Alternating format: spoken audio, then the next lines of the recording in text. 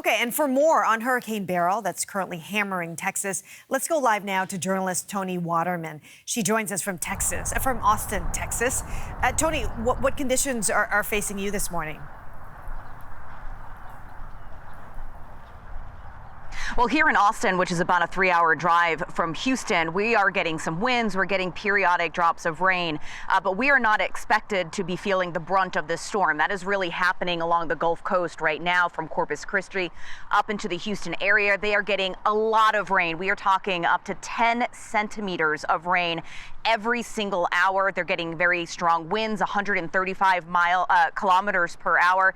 And also there's this storm surge threat. Meteorologists expecting the storm surge to go up to 6 feet or about 2 meters. And this is really the most dangerous part of any hurricane, the storm surge, when that water comes in from the ocean and starts blanketing the landfall. And the Houston Fire Department already this morning, in just the last couple of hours, has done at least 9 water rescues. So this is something that people in the area are very focused on, but officials telling those individuals who did not evacuate yesterday under these voluntary evacuations, particularly for people in these low-lying areas that are prone to flooding, they're telling them, don't go out in the water right now, stay away from those down power lines, and really just stay where you are and wait the storm out.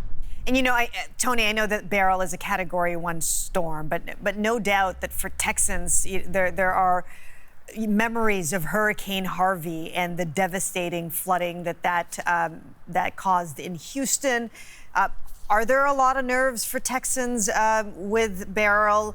Are they in the dark? What sort of cleanup effort is the state expecting as this storm moves through?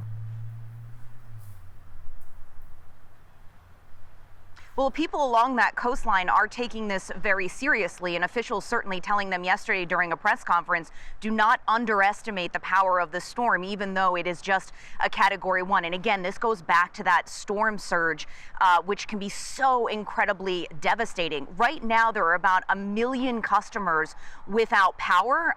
So this is going to be a top priority to make sure that can get restored, because we are in a Texas summer. So it is very, very hot, and the temperatures are expected to be about 33 degrees Celsius this week. So this is going to be of paramount importance to get this electricity back on, because that could pose an even further threat in the days to come. When we talk about a Category 1 hurricane, the type of damage that is normally done is to mobile homes. We have shrubbery and trees that come down, which bring down those power lines. We're going to have to wait until the storm passes to really understand the extent of the damage. But this is just the first storm in what is expected to be an exceptionally active hurricane season. Meteorologists forecasting up to 13 hurricanes. This is just the first one, the earliest one to ever form in the Atlantic, and the first one to make landfall in Texas so early in the season in about 40 years. So if this is a predictor of what is to come,